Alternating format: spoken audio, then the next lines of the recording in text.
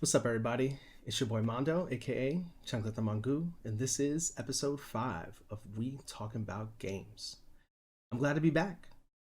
Got another episode. It's been like 2 weeks since episode 4, since I sat down with Jordan to chop it up. That was such a good episode. If you haven't listened to that episode, please go back. Please go back and listen to it. I really want to get right into it, though, because I don't have too long. I'm doing laundry tonight, and your boy is trying to record this episode in between loads. Hey, yo. Anyways, so we're trying to get this in under an hour. Can we do it? I don't think so, but we're going to try. So first things first, I want to shout out everybody who pulled up to the stream last week to watch the State of Play together. I always love watching shit like that with y'all. I'm not going to hold you. It's always a good time. It's great to not talk to myself like I am right now. So I'll take any opportunity to do that. And I think the State of Play presented a good opportunity for that. And it was a good State of Play. We're going to get into that. I don't want to get into the weeds of that, but shout out to everybody who pulled up. And if you don't already, follow me on Twitch at twitch.tv/chunkletthemongu. And I mean, it might be all for naught, because after I finished it, I was like, part of me feels like I should have just did this on YouTube, but that's a problem for another day. We'll figure that out. I did, speaking of State of Play, I did want to record an episode like that same night, but it didn't work out because I had things to do, like cook and adulting. And I wanted to record an episode during the weekend, but I'm not going to hold you. I had already taken Thursday and Friday off from work. And when they announced the State of Play, I was like, oh, this is great. I'm already off from work. I don't have to worry about nothing. I'll be home and we can stream it. That's going to be perfect. But I'm not going to lie to you. I definitely took my vacation seriously. I didn't want to do anything other than spend time with my daughter. We went out on Saturday just to have a family day out, get out of the house and do some stuff. The weather was nice finally. And I did not want to record a podcast episode. I wanted to. But the not wanting to was bigger. It really, really was. So here we are, Wednesday night, Thursday by the time you're listening to this, or after. And we're finally recording an episode. So I just want to say I apologize to everybody who I told I would get it done. It's just I was in vacation mode, and I think this is just a message for everybody. Take your rest. Take the time off. Like, just request that PTO. Use your sick days. You know, at work I get like a sick day a month. I'm gonna get sick on average once a month. Just saying. And aside from the people who pulled up and me wanting to record that episode, shout out to everybody who's been listening to the podcast in between this episode and the last episode with Jordan. Jordan's episode, obviously. Jordan's a great guy. A lot of people went to go listen to that episode. Shout out to that. I was looking at the numbers and I was like, oh, okay. Might have to have Jordan on more often if he's attracting attention like this. But that aside, I was looking at my audio boom numbers for like the podcast. Damn, they up again? Yo, I swear to God, every time I refresh this page, I'm just like, why am I getting so many listens? What is the reason? And y'all are going back and listening to old episodes? Like the first episode.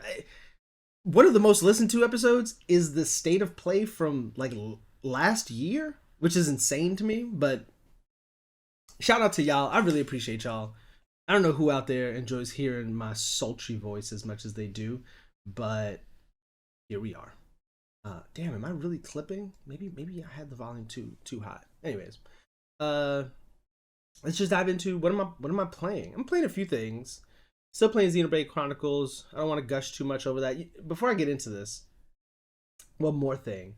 Be on the lookout for that backlog episode, and be on the lookout for me on social media. I want to like open it up for discussion, so to speak, so that I can pull people's thoughts into the episode. So be on the lookout for like Instagram and Twitter.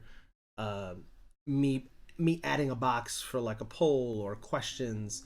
Because I would love to bring that data and that info into that episode. So be on the lookout for that. And me talking about these games is just another reminder that I really got to record that episode. Hopefully I can find the time to do it this week. Because I can't take that into March. This episode was supposed to be like, what is this year looking like? As far as my backlog. Anyways, Xenoblade Chronicles, still playing that. still enjoying the hell out of that. I've hit some incredible story beats in that game that just had me like, wow. And as somebody who one of my least favorite things in movies and books and video games is pacing. I hate bad pacing. This game is paced so well. Like, you're gonna get a great story beat, you're gonna play for a little bit, you're gonna get a great story beat. I feel like I'm just now coming on to the first part where I feel like I have to grind before the next story beat, because it has just been story beat gameplay in a really refreshing way, and I think that's helped just keep me enthralled in that game and in that world. So shout out to Xenoblade Chronicles. This is Xenoblade Chronicles 1, the definitive edition, for those who don't know. I'm also playing KOTOR again. I went back to KOTOR. I put it down for a little bit, and I got the itch to play it, and I was playing it the other day. Ooh, what a game! What a game! Hit a story beat on that where I was like, okay, I see. Okay, I see y'all. I'm playing Ghost of Yote here and there again. Just turn on my PlayStation whenever I'm in the living room and feel like I want to put an hour into that game. I'm taking that game slow. That game's gonna be a slow burn for me. One of the things I really didn't like about Ghost of Tsushima, or rather not about the game, but rather how I approached the game, was that I kind of just went through it, beat the game, and it left me just wanting more. But at that point, I'd already finished the story, and my attachment to the game was kind of it's fractured, the right word to use in that regard. I was kind of disappointed about it, and every time I went back to play it and uh, liberate some of the smaller towns and do this and do that, all that energy was just gone, and I just didn't have it to do it. And I told myself I would replay the game from the jump so that I could feel that again. And then Ghost of Yote was around the corner, and well, that never happened. So I'm kind of taking Ghost of Yote slow burn. I'm doing side quests. I'm doing the bounties. I'm getting everything. And so I don't know if I 100% the game before I beat it, but I definitely want to do more than I did in Tsushima in this one. And last but not least, the game I've probably been playing the most since the last episode is Pokemon Soul Silver.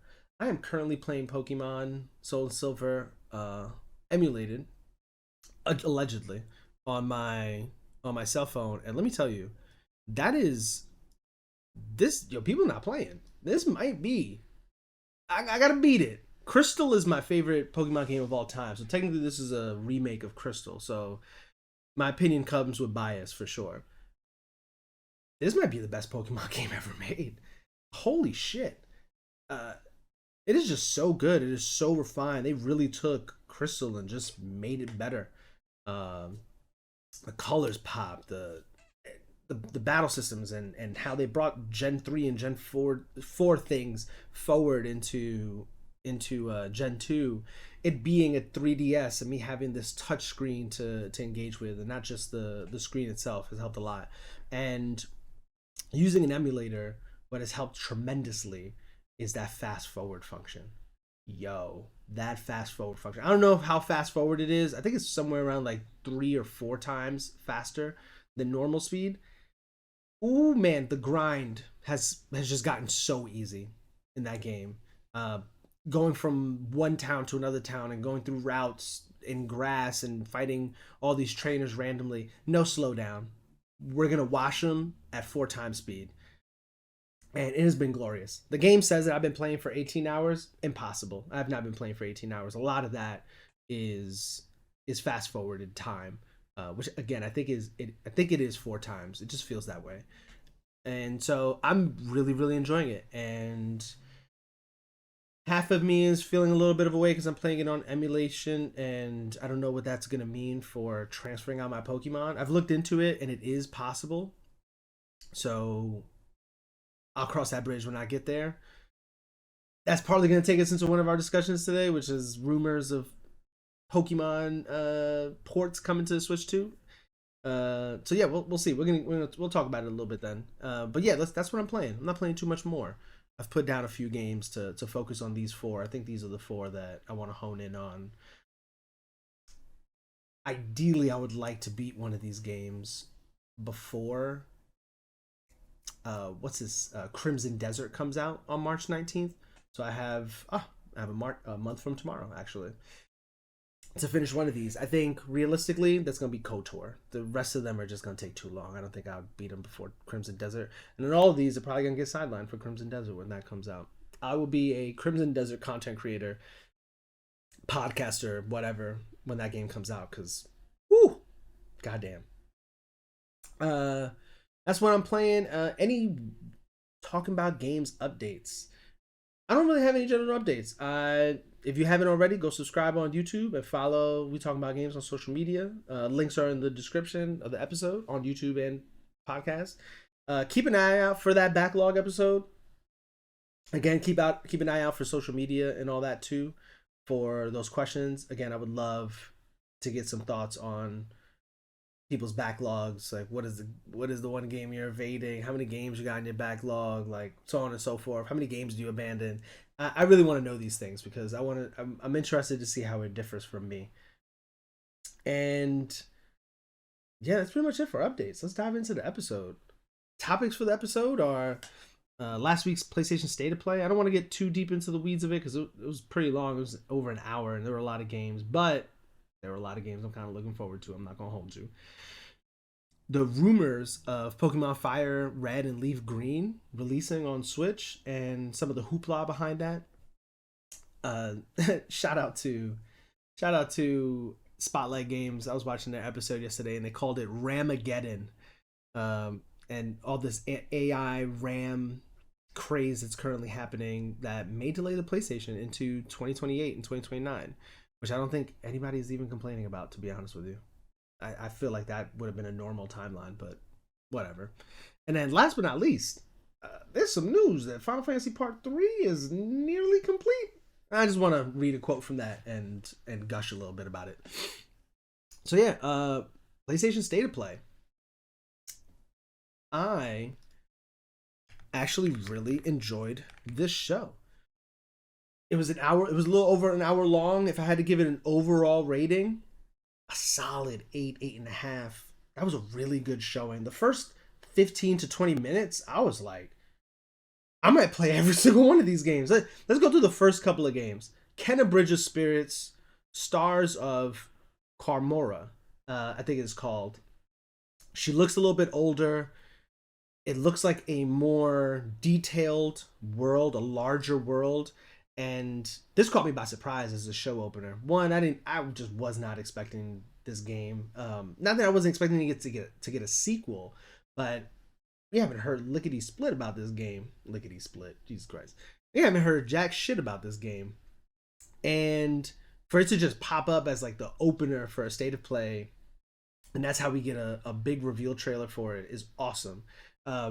She was riding a mount. The world's bigger. The areas seem larger in general. Like I think not only was the world in general small in the first Kenna Bridge of Spirits, but even the areas you were fighting in were rather small. This definitely looks like the areas themselves are even larger. The enemy types look more diverse, and I don't know. I'm just really looking forward to this game. Story beat. It seems like she's focused. In addition to, actually, I actually don't know if they said she's no longer helping people who have passed away, and only helping people who are still living. But she's definitely helping the living now. It's not just refined to souls who are having trouble crossing over. And so I'm interested to see where that story goes because the first one was pretty good. Shout out to Alyssa. We actually interviewed the voice actor for one of the characters of Kenna Bridge of Spirits. I'm going to I can't link the description. I can't link the episode in the description because that episode's not online anymore. Because I got it taken down. I'm not even gonna get into it. But that was such a good episode. Actually, damn it, I should just re-upload that episode on this page, shouldn't I? Alyssa, let me know if you're listening. We should, because damn, that was such a good episode. There were so many good episodes. God, let me not get off the rails. Anyways, Kenna Bridge of Spirits, the sequel. Really, really looking forward to this. And the combat too looked better. So shout out to them. Ember Labs, if I'm not mistaken, right? The studio, two brothers that started an animation studio, and that's why the game looks so fucking beautiful. Uh, Shout out to them, and shout out to Kenneth Bridges sequel. I'm really looking forward to it. Ghost of Yote got a Legends DLC trailer. We all knew this was coming. Ghost of Tsushima had a Legends DLC. This four player co op, four classes, multiple levels. Kind of like, I think the reason I liked it so much was it reminds me a lot of Gears of War 2 Horde mode. Just y'all fighting all these enemies coming. It's not necessarily structured that way, but it definitely has that kind of vibe. I'm looking forward to this. It's a free update for everybody who already has Ghost of Yote, so I'm in there. I will say my one problem is that I don't play for PlayStation Online, and am I really going to pay for PlayStation Plus just to play Ghost of Yote Legends? I don't know. We'll see. I don't know. Death Stranding on PC was the next one. I was, I forget some. I think it was Amari in the chat was like, "Yo, what if they talk about Death Stranding too?" And then literally 5 seconds later, they announced the PC trailer. I was a little bit surprised by this. I wasn't surprised that it's happening. I guess I'm just a little surprised that it's happening so soon. Coming out on March 19th, which is about 9 months after the original release of Death Stranding 2 on PS5. And this is the version I've been waiting for. I love my PS5 and everything, but we're getting to a point where outside of it just being a PlayStation and being in my living room, there's just no reason to play PlayStation games and any game on my PlayStation anymore. Like Death Stranding 2, why would I have played that on my PS5 when I'm gonna now wait for the PC version that has probably that has increased frames, but probably on some level has uncapped frames. I wonder how high it goes, but also has ultra wide support. Bitch, literally the best versions of these games don't exist on PlayStation. That goes for their first party games, and that goes for their second party deal games like Death Stranding, Final Fantasy 7 Rebirth, a bunch of them. The best version is on PC. I get, we're still in the world where we have to wait for these games, but again, the backlog is endless, and so it's not like I'm I'm running low on games to play. So yeah, shout out to Death Stranding 2 on PC. I'm really looking forward to it. I text my brother who's a big Death Stranding fan, and he was geeking over this, to say the least. So yeah, they announced a game, or they had a trailer for a game, Four Loops. I guess this had gotten announced before. Looks cool. Looks like a multiplayer game. I don't want to get too deep into the games that I'm not too interested in because we'll be here forever. But Four Loops got a trailer. Pragmatica got a trailer. There's a demo out on PS5 too, and that game is right around the corner as well, if I'm not mistaken. Resident Evil Requiem got a trailer too.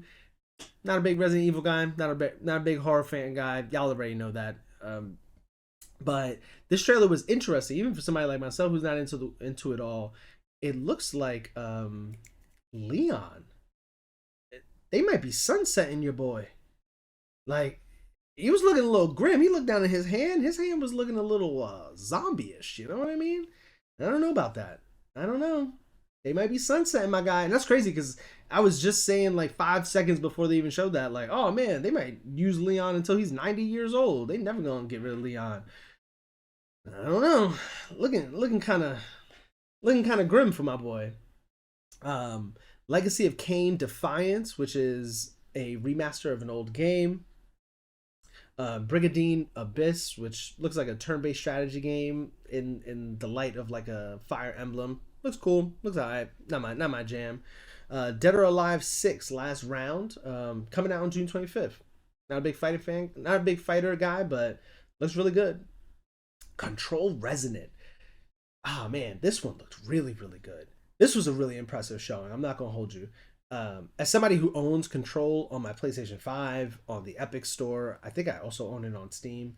I really gotta go play that game because everybody keeps telling me great things about it, but I really want to play Control Resonant, and I feel like I'd be just doing myself a disservice by not having not having played the original Control before this. So yeah, really, really impressive showing. The game looked good. It was a short clip of like a mission, and they were traversing the world. And it's just awesome how they've created these physics mechanics for walking on the sides of buildings and flipping the world upside down, even in some cases. But also, uh, enemies are structured around that sense of world building and world traversal. And so, yeah, I'm really looking forward to this. This just looks really good. And considering that all of these games are kind of intertwined, like Control is intertwined with Alan Wake. I wonder how much Alan Wake is in this Control resonant. I gotta watch a video on this. I'm sure somebody has made a really good video essay on Control. Jordan, you're listening. Um, Next game, Beast of Reincarnation. Not that I thought it was a bummer that this was here, but the fact that we get just getting a short trailer following Xbox doing a deep dive on this game in their developer direct just felt like it wasn't doing it any service. Combat looks really good. Coming out on August 4th. And I gotta go check to see if it's also coming out on Xbox on August 4th, because when Xbox showcased the game in January, they didn't have a date lockdown. They only said summer 2026. So I guess August 4th may just be the release for all consoles. Rayman 30th anniversary is getting a release, which if you're a big Rayman person, that's cool. I like some of the Rayman games. Not a big Rayman guy. I'm more of a Earthworm Jim. Earthworm Jim was my shit. If I'm looking for that weird vibe that these Rayman games kind of give, Earthworm Jim is my shit. Mina the Hollower, which is from the devs of Shovel Knight. This actually looks kind of interesting. I'm not gonna hold you for an indie. Nice, cool little indie. Neva Prologue, another indie game. Honestly, I can't even vaguely remember it. So we're just going to keep going. Yako Shinobi Ops. This was a really interesting game. This was like Japanese shinobi Dungeons and Dragons.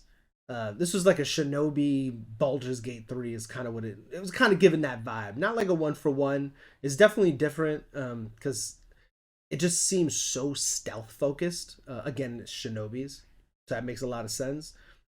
But the game looked and felt like a D&D game, and so I'm interested to see more about that game. Releasing in 2027, so it's still a ways out. I think what they showed was just a glimpse and get us interested. But I am interested, that's for sure. I'm interested. Project Windless, a game that people in the chat were calling God of Bojo. This is a Dynasty Warriors meets God of War meets Wukong, and they had a baby, and that baby was a chicken. This game looked so absurd to start, and as every fucking minute passed, or every second, because it was only like a minute and a half, and every second, couple seconds passed, I was like, shit, this shit looks kind of good. This combat looked alright. But definitely inspired by Wukong, God of War, and Dynasty Warriors. Like Dynasty Warriors because of the big crowd fights.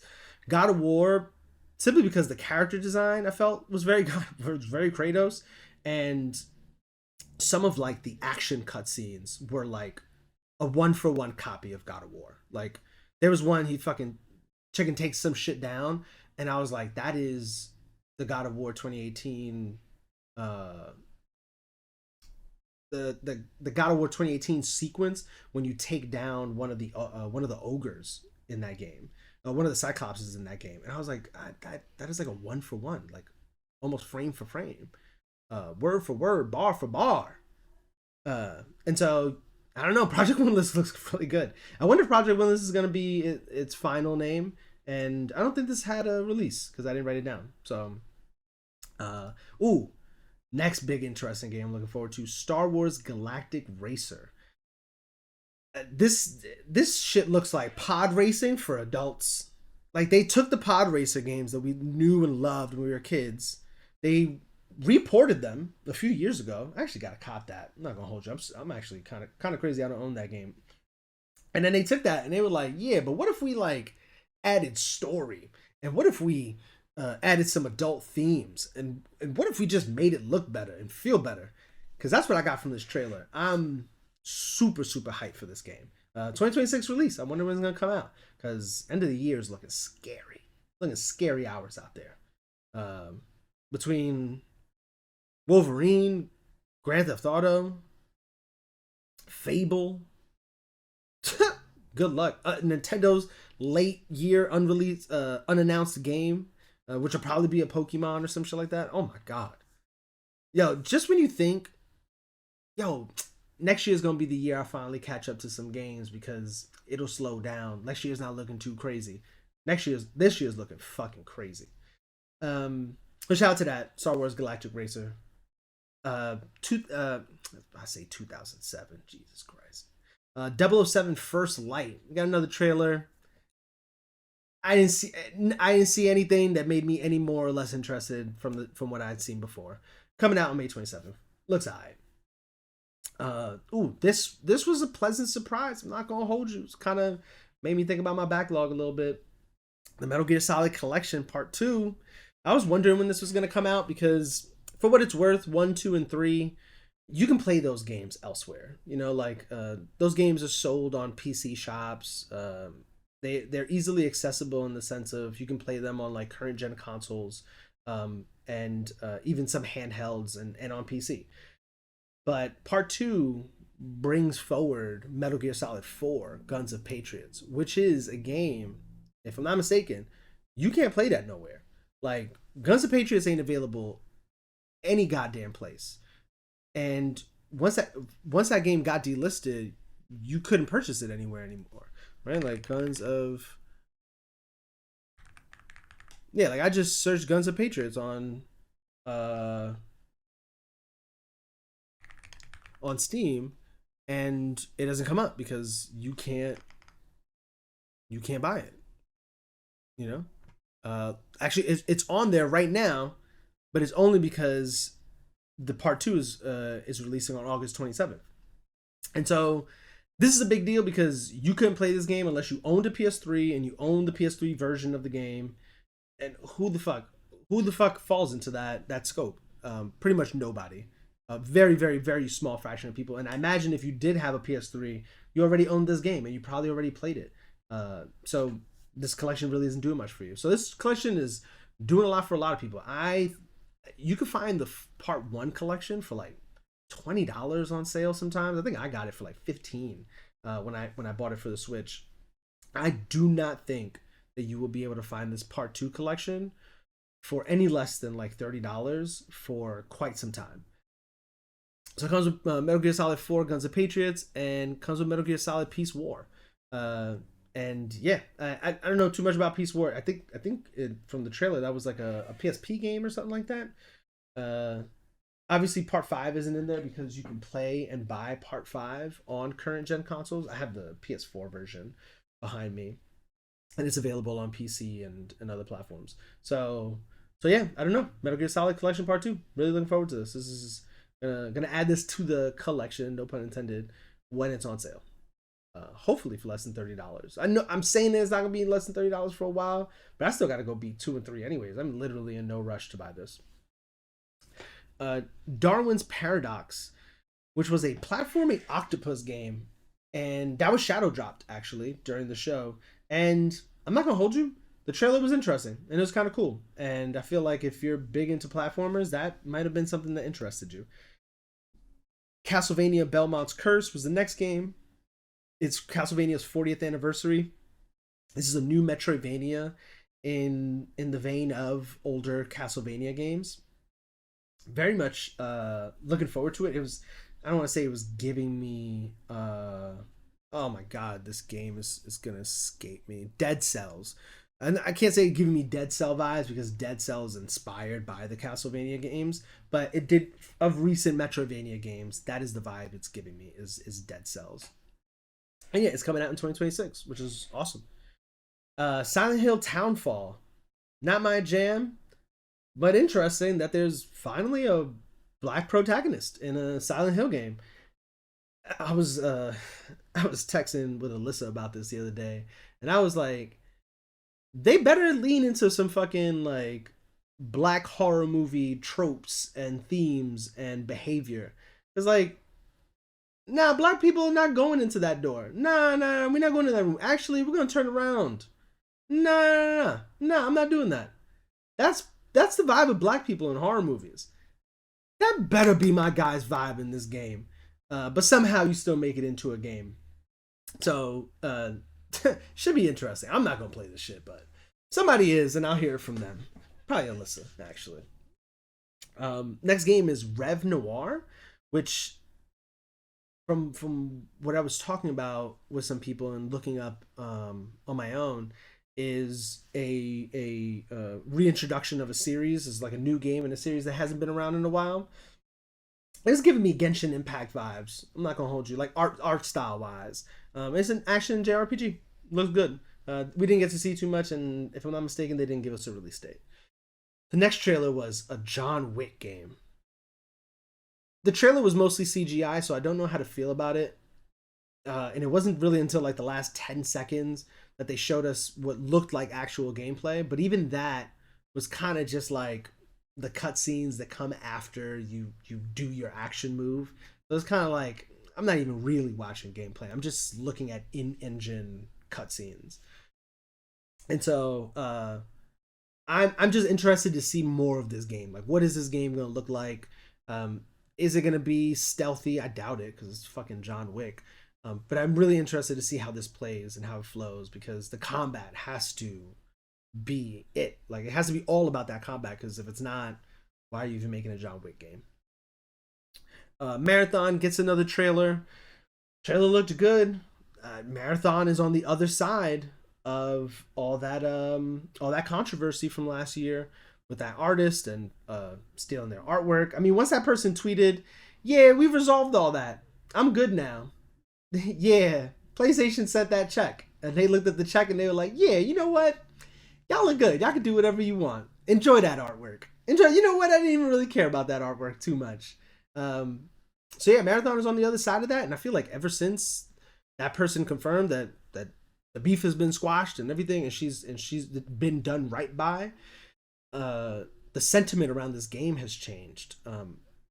Especially post Arc Raiders, because I feel like a lot of the casual gaming audience has gravitated to not looter shooters, to extraction shooters, and they're like, "Yo, you know what? Like, this extraction shooter thing isn't too bad. It isn't too bad. It's actually a lot of fun." And I'm wondering if people are willing to take the dive into Marathon too. It's only gonna be $40. And if you're still wondering if you're gonna like it, they're gonna do a server slam from February 26th through March 2nd. And I'm gonna be in there because I gotta see how it plays. For what it's even worth, I was telling somebody this.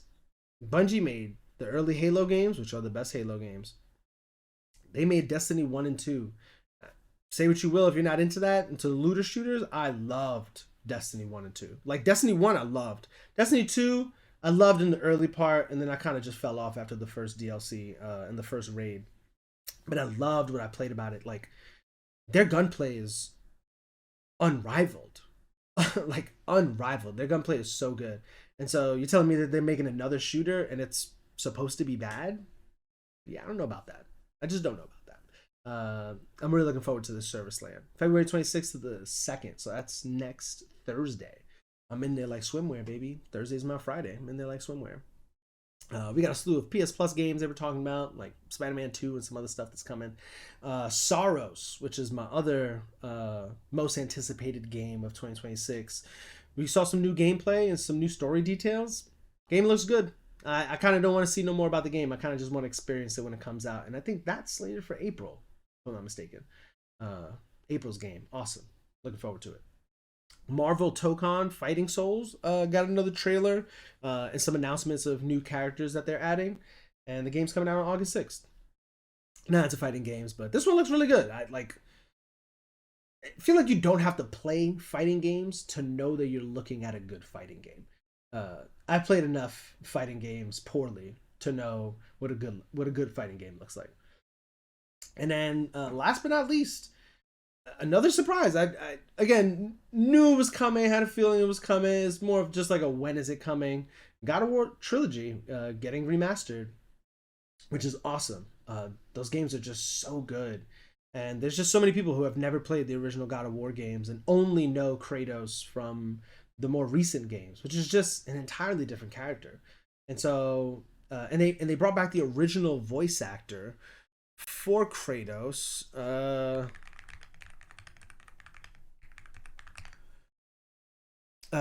Terrence T.C. Carson. He was vibing out in that trailer. He is. I have seen few people in my life be that happy to be returning to something, doing anything. Like, my guy is really looking forward to being Kratos again. Really, really, really, really looking forward to it. And it's my first thought too was like, damn, they did new Kratos. Not that they did him dirty, but like I was like, oh, I guess they just didn't want him to do it. And I saw a picture of him and TC together. So I'm just gonna go out on a limb and say that the guy who does the new Kratos, what's his name? Not Ryan Hurst. That's the guy who's for the movie. I'm not gonna dive too deep in it, but I'm just glad that made me think to myself, okay, cool. He's still gonna do Kratos in like the next game, and TC is just bringing those old games back to life, which is awesome.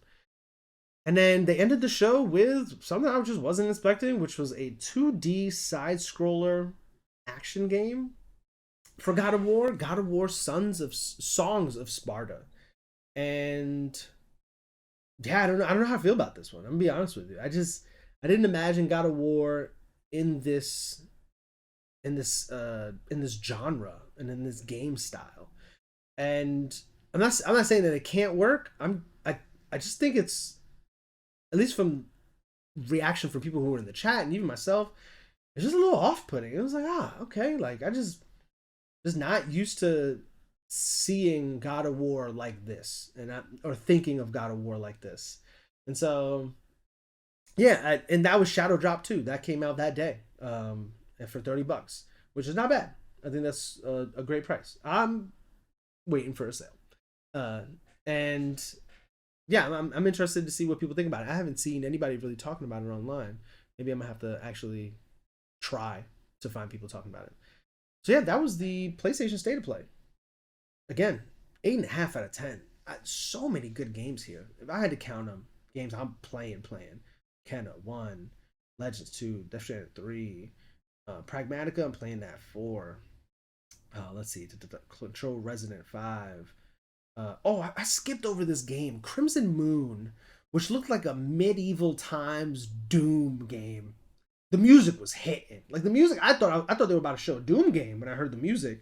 This is definitely a Doom inspired game. But Crimson Moon looked really good. Medieval Doom vibes. So yeah, Control Resident was 5. Beast Reincarnation 6.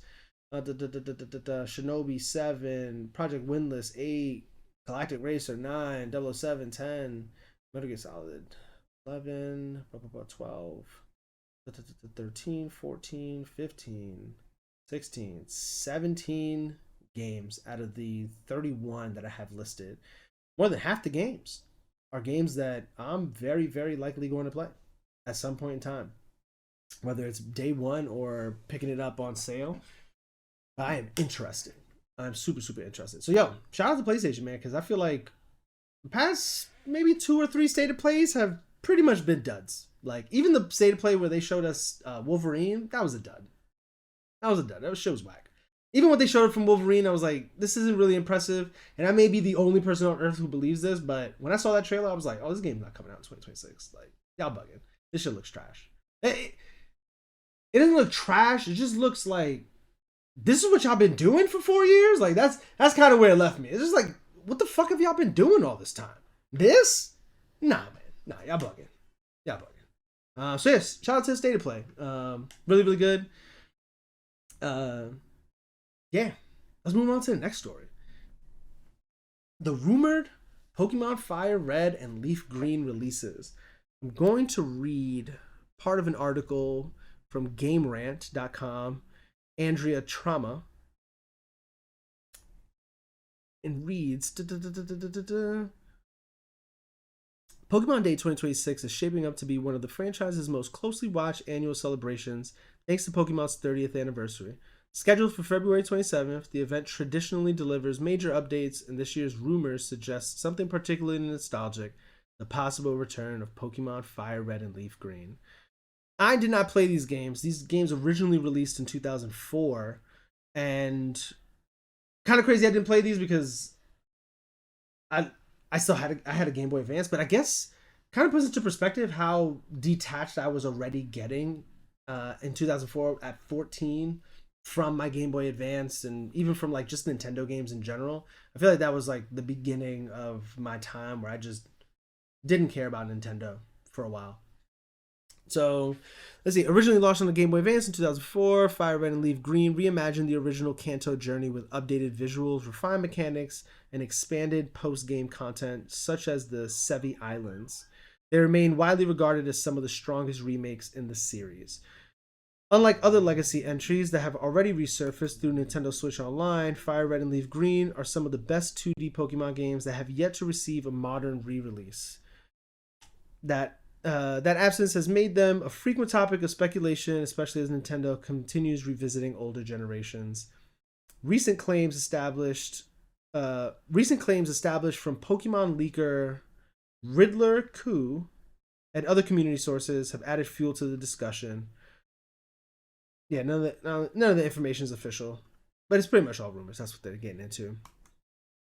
And so, yeah, I don't want to get into the rest of it because the rest of it doesn't really get into too much. But there was a lot of conversation about this online. Obviously, re-releases of two of the best and most highly regarded Pokemon games being ported to the Switch is a big deal. I'm gonna keep it a buck with you. This just adds another notch to the belt for Nintendo. That the Switch 2, now the Switch 2, because the Switch 2 is out. But I was already saying this about the original Switch, as much as I hated it and I thought it was a piece of shit because it was just felt like a toy and it could barely run some games. The Switch 2 it might go down as like one of, if not the best console of all time. It is kind of insane when you really look at the library of games that are available for the Switch, especially the Switch 2 now, and you're able to play it on a higher quality console, feels better, runs better, looks better. The Switch 2 is God, I feel I'm just unsure of saying that it's better than the PS2 because sheesh, the PS2 is just incredible. But so many of those PS2 games are now on the Switch too. They've been ported. They have collections. They have been remastered. Final Fantasy X, which was my favorite PS2 game, probably my favorite PS2 game of all time, is on the Switch. Remastered. Part 1 and 2. Final Fantasy X 2 is on there too. And it's just kind of crazy that Nintendo is really getting into that ballpark. Like you will be able to buy a Switch and have access to such a wide array of video games on a console that is portable, feels great, and functions well. Oh man. You got me. They got me. They really, really do. So yeah, there's a lot of rumors and talk about this. The way this made it into my mind as something I needed to talk about on the podcast is because there was a lot of hoopla being made on Twitter about the potential $30 price tag. Now, there's three groups of people in this $30 price tag conversation. There's one group who thinks that $30 is too much for a game that came out in 2004, that they will likely just port over, do nothing to it, and charge the original $30 for. And a lot of people feel like that's just disrespectful. You know what? Kind of is. But guess what? It's Nintendo, it's Pokemon, and they don't give a shit.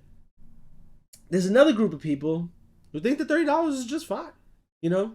Like if you go and try to find Fire Red and Leaf Green and a Game Boy Advance to play it, it's pretty expensive to do that. You know? Like the games cost a lot themselves, especially if you want them brand new. You would have to go and buy yourself a Game Boy Advance, and it's just the pain and the ache of not being able to play that game on a modern console. Like you're really just going to go and grab this Game Boy Advance only to play Pokemon, Fire Red or Leaf Green. It's not a great way of playing those games. And so, you know, A lot of people see paying $30 for those games to be brought into the current gen and function on a console that they carry around with themselves all the time. A lot of people see that that's just fine. And then there's group three, and that's the people who think that it's going to be more than $30. And you know what? I am people. I am group number three. If you think that Nintendo, the company whom we are in a massively abusive relationship with, especially as it relates to Pokemon, if you think that those people over there are not in a room or did not get into a room and be like, yo, what can we improve about Fire Red and Leaf Green so that we can say that it's updated, it's a remastered version, it's a re-envisioned version, like what can we do to just improve it just a smidge? What features could we add to just improve it just a smidge so that we could charge $50 for it? And somebody in the room was like, man, I don't know, could we improve the graphics a little bit? And somebody was like, nope, that's gonna cost too much. And somebody was like, maybe we could add more Pokemon. Somebody, that's not a bad idea. It's not a bad idea. Not gonna cost too much. We don't want to do too much, but we want to do just enough to be able to charge more than we did in 2004. Because I think these games are gonna be $50. I'm be honest with you. I just where I am, and I'm there because if I were Nintendo, I would be asking myself, why the fuck not? Why not? Why not charge $50? What are y'all gonna do? Buy it? Like, y'all gonna buy it? Especially the people who never played it. Especially the people who did play it. Y'all all gonna buy it. I can't even believe the people who are getting into these arguments on Twitter. Stop it. These games gonna come out. You gonna buy them. I'm gonna buy it. This is the problem we currently have with Pokemon. We're in an abusive relationship. We just keep going home to this partner of ours who is literally beating the bricks off of us. And we go to work the next day with a black eye, and they're like, "Yo, Mama, you all right?" And I'm like, "Yeah, yep, everything at home is just fine. I caught some new Pokemon yesterday. I'm telling you, it's bad." And I think these games are gonna be $50. I really, really do. They're gonna improve like one or two things. They're gonna add home functionality. Now you'll be able to transfer these Pokemon into home. I'm telling you, man, they're gonna list like 3 or 4 things that are just some old bullshit. And be like, yeah, that joint is $50 and you can buy it today. You can buy it today. So that way you don't even have too much time to think about how expensive $50 is. You just go and swipe that credit card on the eShop. I know the game. So you heard it here first. Pokemon Fire Red and Leaf Green will be $50. You think they're $30? You might be right. If you think they're gonna be less than $30, stop coping. That's not gonna happen. And that's all I really got to say about that. I don't want to speculate too much on rumors that might not actually happen. I'm really, really looking forward to Pokemon's 30th anniversary. You notice here, you can't see it behind all that stuff, but I got some Pokemon stuff. I got some Pokemon stuff on the floor over there too. I've been collecting some Pokemon TCG, and I'm really looking forward to seeing what they bring in the 30th anniversary. If I had to just say anything about Pokemon Day and what they announced that day, I'm really hoping that we get a trailer for the new Pokemon game, especially if it really is what rumors are saying it is, that it's in a new engine from a different engine than the recent Pokemon games, and that it's going to just be a re-envisioning of that franchise in a good way. I'm looking forward to seeing that. Pokemon Winds and Waves. We'll see. Winds and Waves, I don't know. We'll see. They have not run out of dual pack Pokemon names, that's for sure. Crystal, Sapphire, Ruby, Gold, Silver. Winds and Waves, baby. Winds and Waves. That's it for Pokemon. Let's move on to Ramageddon. Again, shout out to the Spotlight Games crew. I saw that on their podcast last night. I was like, damn it, that's a good one. That's a good one.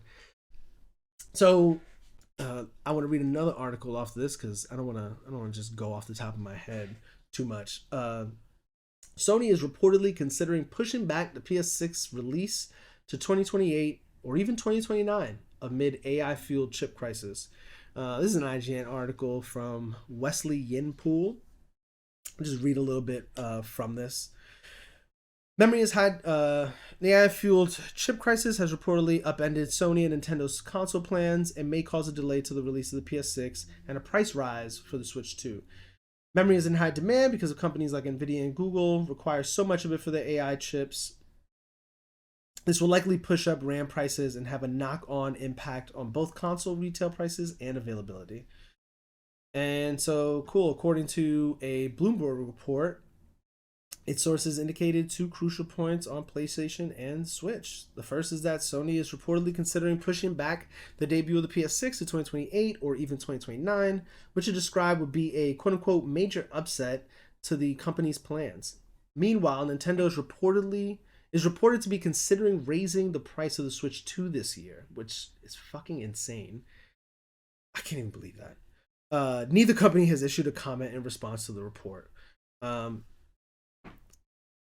Now let me see it because there was a quote about the Switch 2 here. Yeah, let's see. Nintendo president Shintaro Furukawa recently addressed the possibility of a Switch 2 price rise caused by rising prices for components and the potential impact on profitability on the hardware, saying in vague terms that he didn't think there would be any impact anytime soon. Quote, "We do not disclose details regarding individual components, but we can say that we are working to secure stable supplies of memory components by holding discussions from a long-term perspective with our business partners," Furukawa explained. Yeah, I think that's the only quote I wanted to get into with that. What about the PS5? Let's see. All right. Also, earlier this month, Sony waved away concern about potential further PS5 price rises as a result of the rising costs of memory, insisting it's already in a position to secure minimum quantity necessary to manage the year-end selling season of its next fiscal year. In a quote, "Going forward, we intend to further negotiate with various suppliers to secure enough supply to meet the demand for our customers," Lin Tao, Sony's chief financial officer, said. "Given the stage of our console cycle, our hardware sales strategy can be adjusted flexibly, and we intend to minimize the impact of the increased memory cost on this segment going forward by prioritizing monetization of the install base to date and striving to further expand our software and network service revenue." Yo, let me tell y'all, I have read through enough quarterly reports. I have read enough business articles. I have seen enough CEOs talk to tell you that I confidently expect that the PS5 price will increase after this fiscal year. And I can confidently say that Switch 2 price is going to increase. And I will tell you why. Let's go to this quote. "We do not disclose details regarding individual components," this is Nintendo, "but we can say that we are working to secure stable supplies of memory components by holding discussions from a long-term perspective with our business partners." So basically, you don't have a deal. You don't have a deal that takes you past the current deal you have. I was thinking about this in the shower while I was getting ready for this episode, and I was like, how many years could Nintendo really have bought out in components in the near future, right? Like, if you're Nintendo, you don't want to buy too many because prices could fluctuate and you might end up paying more than you would have had you just waited. But also, if you're the manufacturer, you're the person making you're making these components, you don't want to make a contract that's too long because you don't know how the landscape is going to change and whether or not a few years from now you'll be selling components for cheaper than you should be. And I would argue that these manufacturers that manufacture components, they are more privy about the landscape of AI and technology and who's going to need components for what than Nintendo or PlayStation could ever hope to be. So they already knew the AI craze was coming. And if I was them, I'd be like, yo, listen, we're going to do this on a year-to-year basis because I don't know if next year these products are going to be in high demand and I could be selling it for more to somebody else. And that sounds like the current situation that Nintendo is in. Because if you are working, that doesn't mean you worked. That doesn't mean that you already did. That means that you are trying right now.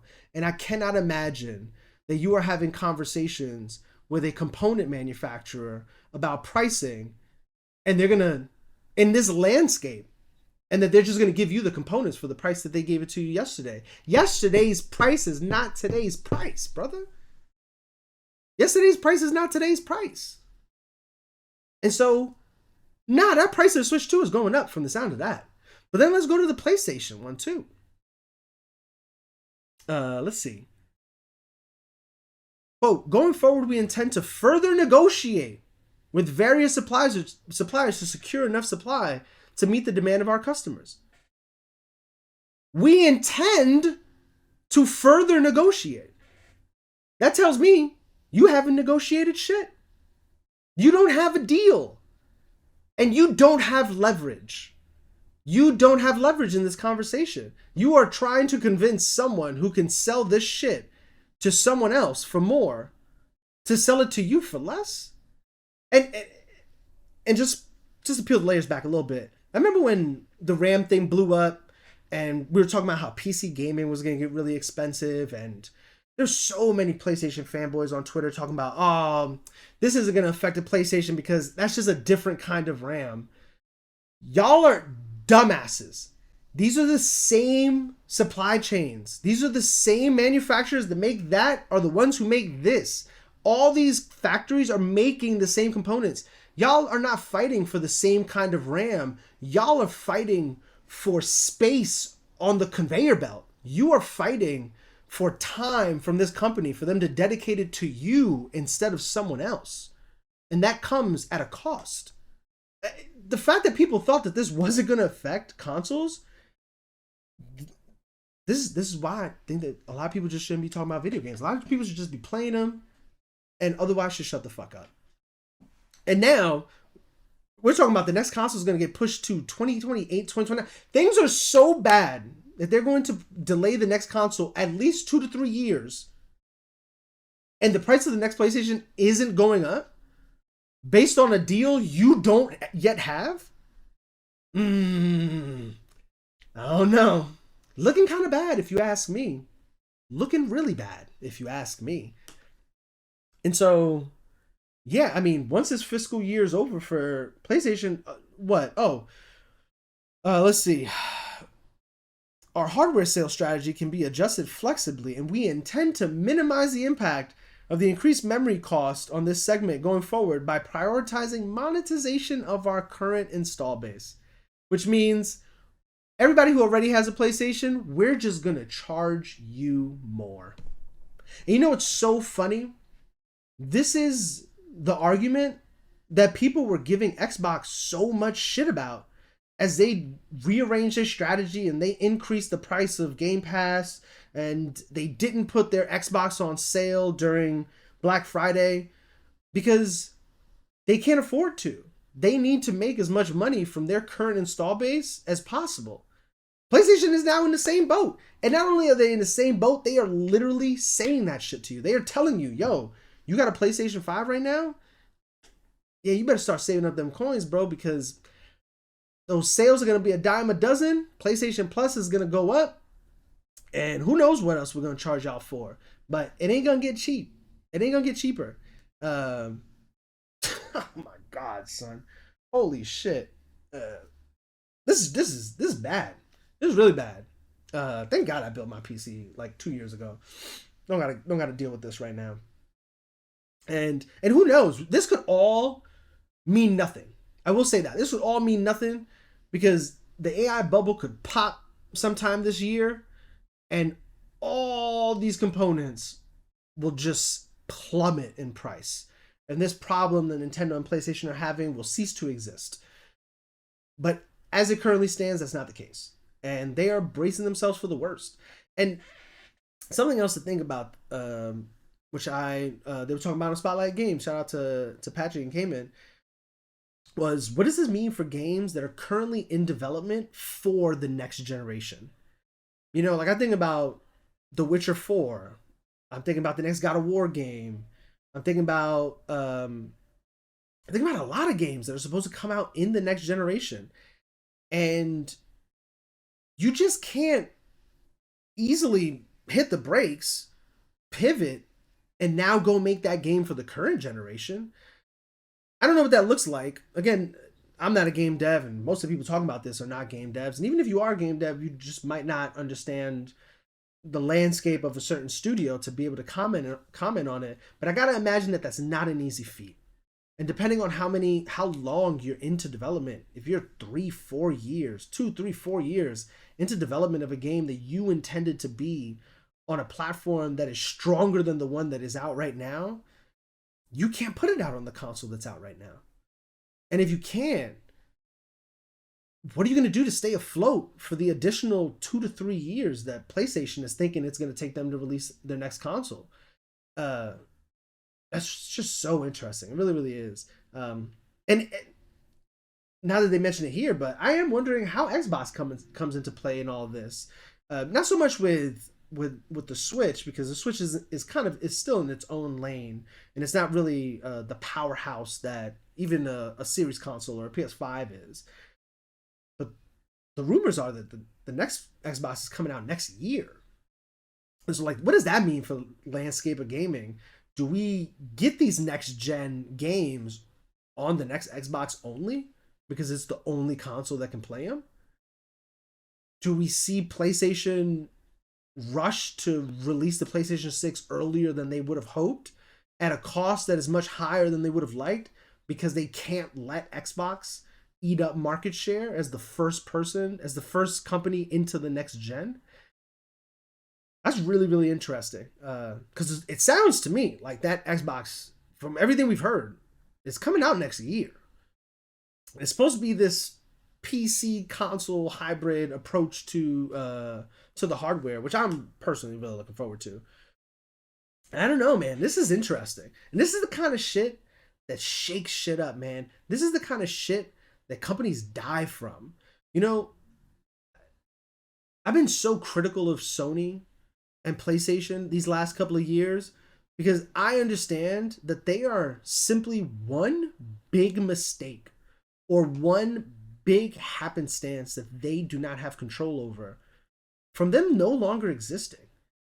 And I feel like that's such a hard thing for people to grasp because they're like, dog, they sold like 90 million consoles. What the fuck are you talking about? Brother, I've seen bigger companies die for less. These motherfuckers don't have money like that. Like, that's why they're investing so heavily into things like anime and manga, because they need other sources of revenue. They cannot simply survive off of PlayStation and an industry as fickle as gaming. They cannot. And they are not the TV and MP3 CD player powerhouse that they used to be. And something like this could kill PlayStation. If they don't play their cards right every fucking year from here to the next console, this shit could kill them. And I don't want that, because I really, as much shit as I give them, I love their games, man. I love their ecosystem. Well, their ecosystem is kind of whatever. I just like their games. Their ecosystem could be significantly better, i.e. like Xboxes, but or Steam's. But anyways, looking grim out there. It is looking really grim out there. And I will say, as much as it might suck for a Nintendo Switch 2 to go up in price, whether it's $50 or $100, that would suck. But they still gonna sell them things like gangbusters, and they are in their own lane. They making hand over fist money over there, making Pokemon games for $15 million budget and selling 20 million copies of it at $60. Like, please. Sometimes I think about the money Nintendo be making, bro, and I've lost all hope, man. I've lost all hope. We have no leverage in that relationship. I'm telling you, man, going home and getting beat with a bag full of bricks. That's us. That's us in a relationship with Nintendo. Yeah, that's Ramageddon for y'all. That's Ramageddon. I think that's all I got to say on the Ram situation. Looking grim, looking really, really grim. And last but not least, Final Fantasy VII Part 3 is nearly complete, baby. Oh, we're gonna end it with some good news. I just want to read some quotes from this really quickly. This is from Game Rant. It's titled, "We're in the final push phase," quote unquote. Final Fantasy VII Remake director gives encouraging Part 3 update. Final Fantasy 7 Remake Part 3 game director Naoki Hamaguchi said that the upcoming finale of the Final Fantasy 7 Remake saga was in the last phase of its development and that it remains, quote unquote, almost exactly on schedule. That means early 2027. That's what that means. I always expected this game to be an early 2027 game.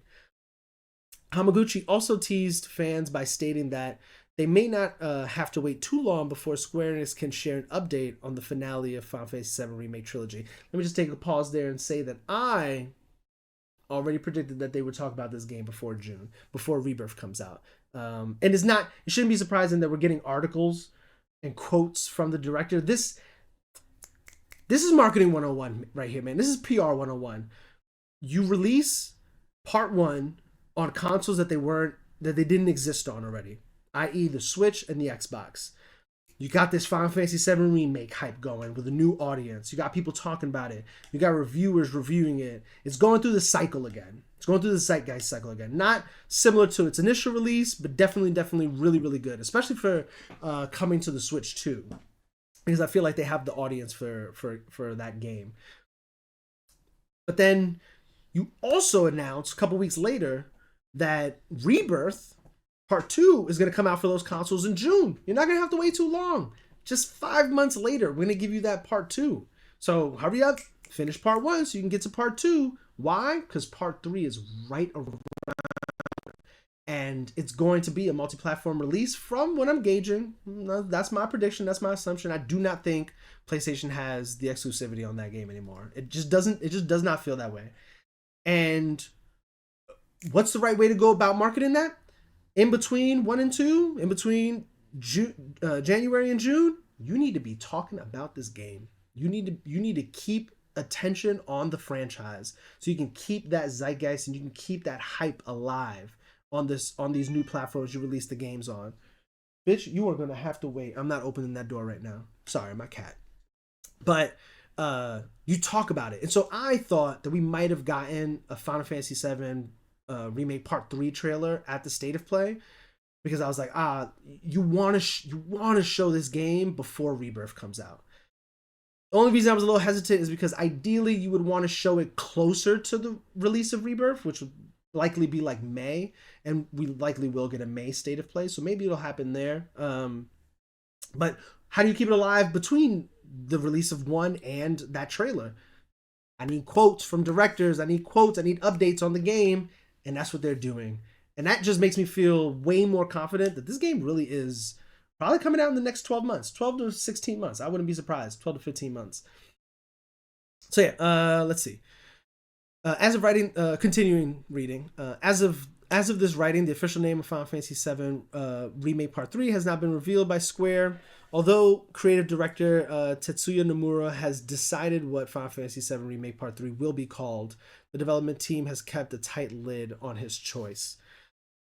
Let's see. I want to go to the quote. All right, let's see. Following the successful launch of Final Fantasy VII Remake Intergrade on the Switch 2 and Xbox Series X and S, Hamaguchi gave fans an update on the progress of Remake Part 3. In an automation interview, the game director noted that that progress on the upcoming sequel is going smoothly and the development is almost exactly on schedule, with milestones that were set at the beginning of Final Fantasy VII Remake project. Wow, that's actually kind of impressive. Remake Part 1 came out in 2020, in the middle of the pandemic. That game was probably in development for 4 years. So you're telling me that they've been able to stay on schedule even through the pandemic 10 years after they initially set these milestones? That's really impressive. Shout out to Square. Shout out to the team working on this game, because that's really, really impressive. Hamaguchi said, quote, "The game is already in a playable state, and right now we're in the final push phase, refining and building up the experience." Hamaguchi said he believes it will not be too long before Square Enix can share more details about the Final Fantasy VII Remake finale. Again, I think that takes us into some kind of trailer as a part of whatever fucking showcase they decide to make it a part of. I think PlayStation is just a good option, because I wouldn't be surprised even if this game is a multi-platform game. PlayStation probably still has the marketing rights to the game. And you, I feel like Xbox's showcase is too late, so you wouldn't want to do it with them. It'd be too close to Rebirth. PlayStation usually does a state of play in May. And then I just don't think you would do it with Nintendo either because, again, like Xbox, they just got the games. Like, that is not. Either a direct or an Xbox showcase is not the place you want to show a Final Fantasy VII Part 3 trailer. Especially because I would assume that most of the audience that exists for this game, most of the gamers that have purchased this game are on PlayStation. Maybe PC is contending a little bit, but I'm sure that most of them are on PlayStation because of that exclusivity that had existed. And so I wouldn't be surprised if we see it in the May State of Play. We get a May State of Play. Usually it's in like that last week of May, sometimes that first week of June. But I feel like that's just a perfect time that right as you're building up and building up marketing for Rebirth coming out on the Switch and on the Xbox, that blow, you get this Part 3 remake and remake trailer, and it just sets up the zeitgeist for people on the Switch and on the Xbox who may have bought Part 1 in January, beat it or didn't beat it, and just kind of fell off with other games in life. That invigorates them again to go back and beat it if they didn't already, or pre-order and get ready for Rebirth so that they can be prepared for Part 3 when Part 3 comes out at the top of 2027. So, yeah, man, this is exciting. This is exciting shit. I'm really, really happy about this. I've just been waiting so long for this, man. I remember the day I went to go buy a PlayStation 4 to buy Final Fantasy 7 Remake. Why did I not have a PlayStation 4? I think it was because I just had my PC at the time. I didn't really care to have a PlayStation at the time. So yeah, I literally remember buying a PlayStation 4 just so that I could play this game. And man, just those first days of playing that and like realizing like, holy shit, like that trailer that they showed us nearly 2 decades ago just to show off the power of the PS3, if I'm not mistaken. It was the PS3. They've actually brought that into fruition, man. Like that was 6 years ago now. And almost 7 years later, we're finally going to get the finale of this remake series. But don't get me wrong, I know some people didn't like the fact that it's been broken up into 3 games. I don't have a problem with it. Mostly because the 3 games were really, really good. Secondly, because it's not a 1-for-1 remake. If anything, actually, if you want to talk about it, it's a continuation of the story more than it is a remake of the story. And yeah, man, I don't know. I just think that they've just done such a great job. Like Rebirth, I said in my review that I never posted it. Maybe I'll post that review leading up to June because people will probably want to watch it with it being released on Switch and Xbox. That game was a love letter to Final Fantasy VII fans, and I understand a lot of the gripes some people have with the game. Pacing, for sure. Oh, the pacing was just really bad in some spaces, especially if you were exploring the world. The pacing that really threw off the pacing. And some of the cringy moments in the game, but I appreciated that because I thought the original Final Fantasy VII was hella cringy. But I think that without voice acting in the original game, a lot of that sentiment is left to the person reading it and how they decide to interpret it. And I interpreted it in a very cringy way at the time. Like I get that they're joking, but it was almost like this Japanese humor that us Western civilization doesn't really get like that. And it took me a few years to ground myself in it and appreciate it. And it almost feels like just some people just didn't see it that way when they played the original. That now they're seeing Final Fantasy VII Remake and they just feel like it's this entirely different thing. And it's like, I don't know. I feel like it's pretty much the same shit. You're just hearing it now. And hearing it be cringe is way worse than reading it be cringe. So, yeah, man. Final Fantasy Part 3, right around the corner, it seems like. I am so excited. Look at my boy. Look at my boy. Shout out to my boy. All right. Now let's close this episode out. What time? We got an hour and 15, baby. Let's go. We didn't get it under an hour. It was impossible. Y'all knew we weren't gonna get the episode in under an hour. You knew that. You didn't need me to tell you. You fucking knew you weren't gonna be here for less than an hour. But let's close this bad boy out. Thanks for listening. Thanks for pulling up. If you're watching this on YouTube, make sure to like the video and subscribe. A lot of y'all watching the video. A lot of y'all not subscribing. I got twice as many views on my last video than I do subscribers. What's up with that? What's good with that? Y'all not subscribing. What's up? What's a man gotta do? So yeah, shout out to y'all. I appreciate y'all. Again, be on the lookout for my questions on social media. Click the link for the Google form in the description, and let me know your thoughts on the backlog. If you're gonna use the Google form, you can send me whatever you want as it relates to your thoughts about backlogs. If you sign me on social media, it'll be specific questions, and answer those questions as you see fit. I'm really interested to see what you guys' thoughts are. I really do gotta do a better job of checking that Google form though. I'm so scared to check it and see that there's mad entries in there from like the past couple of weeks that I just did not read. And if that is the case, maybe that's a purpose for an episode. And if you're listening on podcast services, rate and review the show. Just put your 5 stars there. You don't gotta say too much. You don't gotta say anything. Just put the 5 stars there. It means a lot, and it does go a long way. I know people be saying that on YouTube and people be saying that on podcasts, but it really does. Like it just does. That's the algorithm, baby. If you ain't liking it, the algorithm's like, why would I give it to anybody else? So yeah. And on that note, y'all, that's episode 5. Wow. I'm stunned that we did this in less than an hour and a half. I really am. It wasn't too much to talk about, but it still kind of was. And I could make a long conversation about anything, so you never know. So yeah, on that note, I hope y'all will have a wonderful day, afternoon, evening, weekday, weekend, whenever and wherever you may be listening to this or watching this. And on that note, deuces.